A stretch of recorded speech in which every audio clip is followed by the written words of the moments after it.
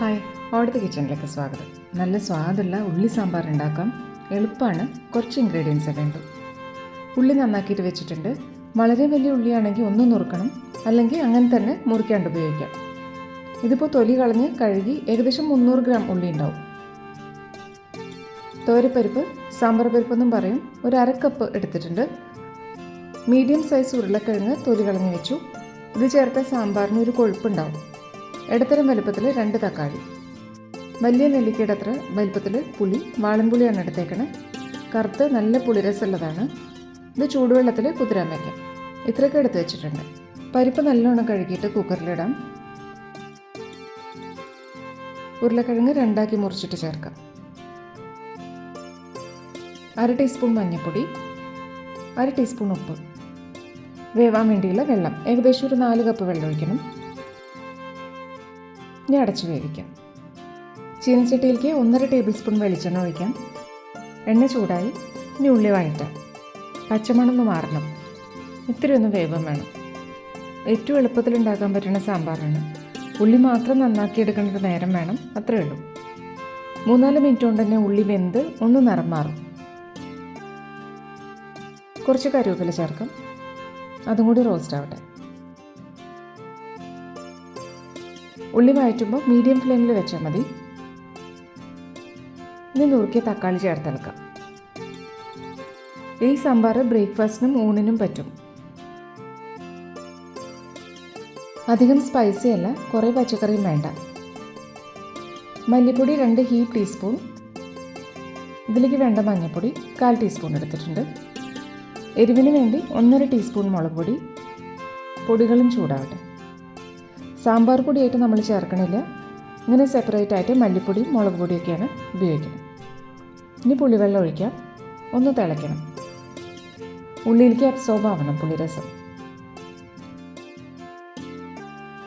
1/2 teaspoon കായപ്പൊടി ചേർക്കാം. കായത്തിൻ്റെ വാസനയാണ് സാമ്പാറിന് നല്ലൊരു ഫ്ലേവർ കൊടുക്കുക. ഇനി ഇതിലേക്ക് വേണ്ട ഉപ്പ് ചേർക്കാം. പരിപ്പിലേക്ക് വേണ്ട ഉപ്പ് വേവാൻ വെച്ചപ്പോൾ തന്നെ ചേർത്തിട്ടുണ്ട്. ഉരുളക്കിഴങ്ങിൻ്റെയും ഉള്ളിയുടെയും തക്കാളിയുടെയും ഒരു സ്വീറ്റ് നേച്ചറും പിന്നെ പുളിയും കൂടി ആകുമ്പോൾ സാധാരണ കൂട്ടാനും ചേർക്കണേക്കാളും 1 മിനിറ്റ് ഉപ്പ് കൂടുതൽ വേണം ഉള്ളി സാമ്പാറിന്. ഇത്തിരിയും കൂടി വെള്ളം, ഒരു 1/2 കപ്പ്.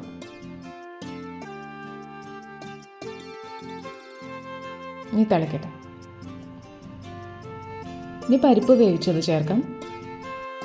പരിപ്പ് ചേർത്ത് കഴിഞ്ഞാൽ കൂടുതൽ നേരെ ഇളക്കാണ്ട് വെക്കരുത്, പെട്ടെന്ന് അടി പിടിക്കും.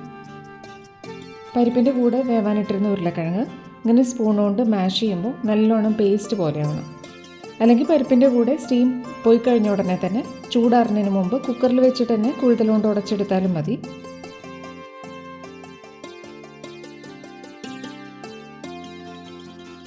എല്ലാം നല്ലോണം യോജിച്ച് തിളച്ചിട്ടുണ്ട്. ഇപ്പോൾ ഉരുളക്കിഴങ്ങ് ചേർത്തിട്ടില്ല എന്ന് വെച്ചാൽ വല്ലാണ്ട് ലൂസ് ഗ്രേവി ആവും. ഉള്ളിയും ഗ്രേവിയൊക്കെ വെവ്വേറെ ആയിട്ട് കിടക്കും. വെള്ളം നമുക്ക് ഗ്രേവി എത്ര വേണമെന്ന് വെച്ചാൽ അതിനനുസരിച്ച് ചേർക്കാം. കഷ്ടി ഒരു 1/2 ഗ്ലാസ് വെള്ളമാണ് ഇപ്പോൾ ഒഴിച്ചേക്കുന്നത്.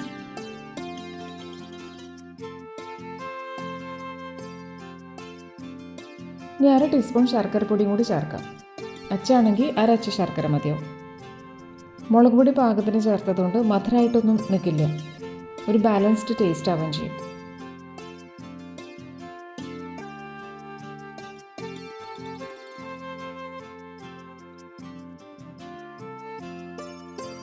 ഇനി ഓഫ് ചെയ്യാം. വറുത്തിടാൻ വേണ്ടി 1 ടേബിൾ സ്പൂൺ വെളിച്ചെണ്ണ ചൂടായി.